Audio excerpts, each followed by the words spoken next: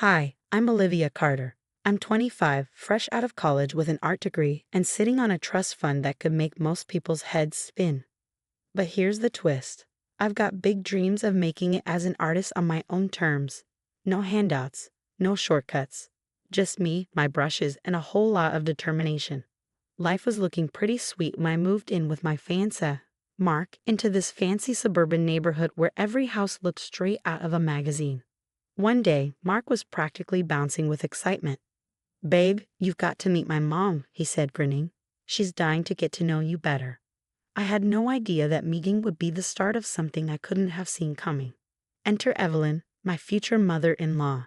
Imagine the perfect suburban mom, but with eyes that could slice through steel. She greeted me with open arms and a smile that didn't quite meet those razor-sharp eyes. "Olivia, darling," she said, air kissing my cheeks. "Mark has told me so much about you. We simply must have lunch and get to know each other better." I nodded, though I couldn't shake the feeling that she was sizing me up. "Sounds great, Mrs. Thompson." "Oh, please," she laughed, "call me Evelyn. We're practically family now."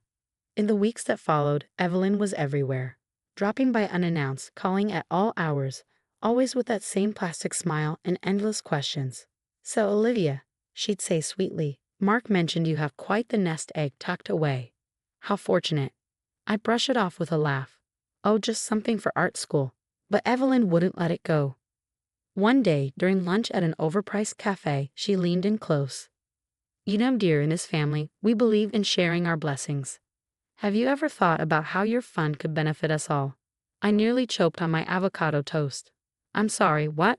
She patted my hand, all motherly. "Oh, I'm just thinking out loud.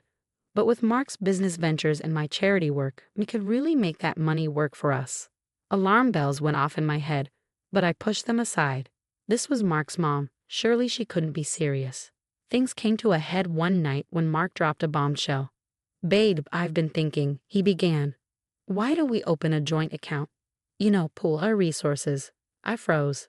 "Why?" I asked, trying to keep my voice steady. He shrugged, looking too casual. "Just seems like the smart thing to do. We're getting married, after all." A knot tightened in my stomach. "Mark, my trust fund is for art school." He gave me a pleading look. "Don't you trust me?" There it was, the guilt trip. With a sigh, I gave in. "Fine, but just for household stuff." "Okay." He grinned, pulling me into a hug. "You're the best. I love you." But as I hugged him, a sinking feeling settled in my chest. I couldn't shake the sense that I had just made a huge mistake. I should have known something was wrong when I couldn't access our joint account online. Panicked, I went to the bank. "I'm sorry, Miss Carter," the teller said. "There seems to be an issue with your account." My heart dropped. "What kind of issue?" She hesitated. "There have been several large withdrawals recently. Your balance is significantly lower than it should be."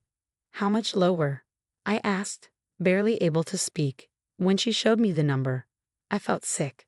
Almost everything was gone. I rushed home to find Mark slumped on the couch, looking miserable. "Where's the money, Mark?" He flinched. "Liv, I can explain." "Explain what?" "How you drained our account without telling me." He ran his hands through his hair, looking desperate. "I messed up, okay. I got in too deep. The casinos, the cards. I thought I could win it back." "Casinos? Cards? What are you talking about?" That's when it all came out, his hidden gambling addiction, the massive debts to dangerous people. "They're going to hurt me, Liv," he begged. "I need help. We need to use your trust fund." I stared at him, horrified. "Are you out of your mind? That's my future you're talking about." Before he could respond, the front door flew open and Evelyn swept in like a storm. "Oh good, you're both here," she said, completely unfazed. "Now, Olivia dear, let's talk about accessing that trust fund of yours." I gaped at her. "You knew about this?" She waved it off, like it was nothing. "Of course I knew. I always know what's best for this family. Now how quickly can we get that money transferred?" I exploded. "Are you kidding me? I'm not giving you a cent. This is insane." Evelyn's smile vanished, her eyes turning cold. "Don't be difficult, dear. This is for Mark's safety, for the good of the family." I laughed bitterly. "Family? Is that what you call this? Lying, stealing, manipulating?" Without another word, I turned to leave. Evelyn's grip tightened on my arm, her nails digging into my skin. "You ungrateful little brat." She spat through clenched teeth. "After everything we've done for you." I yanked my arm free. "Don't touch me," I snapped. "I'm out of here." I turned toward the door, but before I could reach it, everything went black.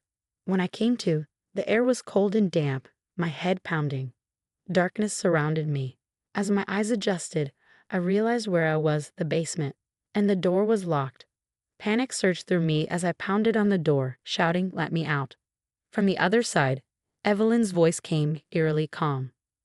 "Olivia, this is for your own good. Take some time to think about your priorities. We'll let you out when you're ready to cooperate." I couldn't believe what I was hearing, locked in a basement by my future mother-in-law. It felt like some kind of twisted nightmare. Days blurred together. They brought food and water, always accompanied by Evelyn's false sweetness or Mark's desperate pleas.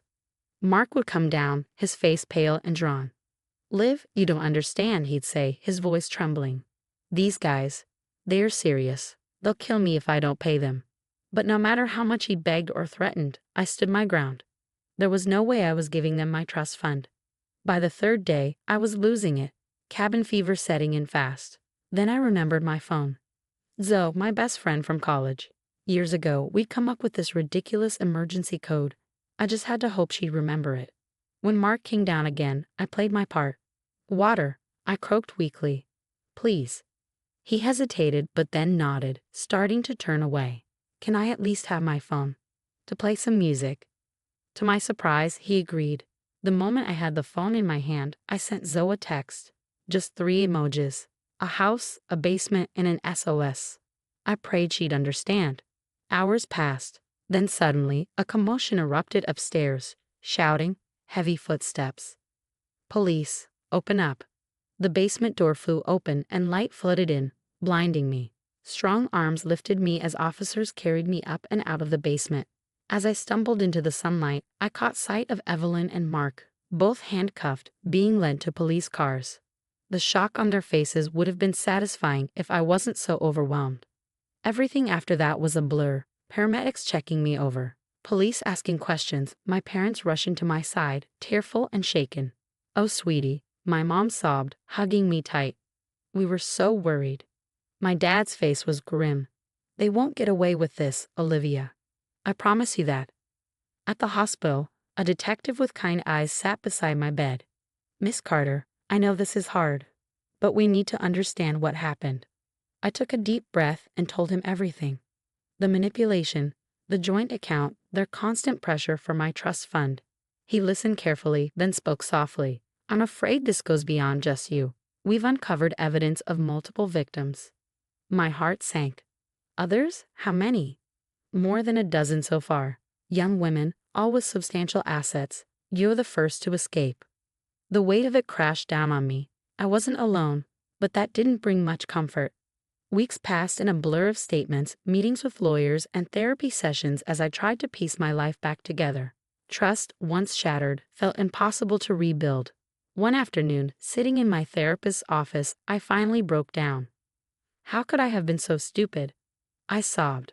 Dr. Ramirez leaned forward, her voice gentle but steady. "Olivia, you're not stupid.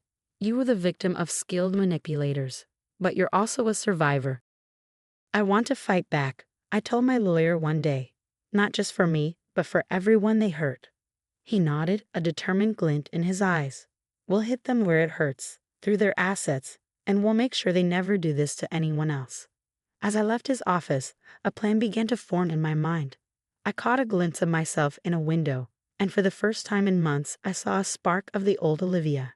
"You messed with the wrong artist," I muttered, a grim smile spreading across my face. The Thompsons thought they could back me into a corner, but they had no idea I was about to create my masterpiece, and I was calling it justice. Turns out, Evelyn's so-called charity work was as charitable as a loan shark in a soup kitchen.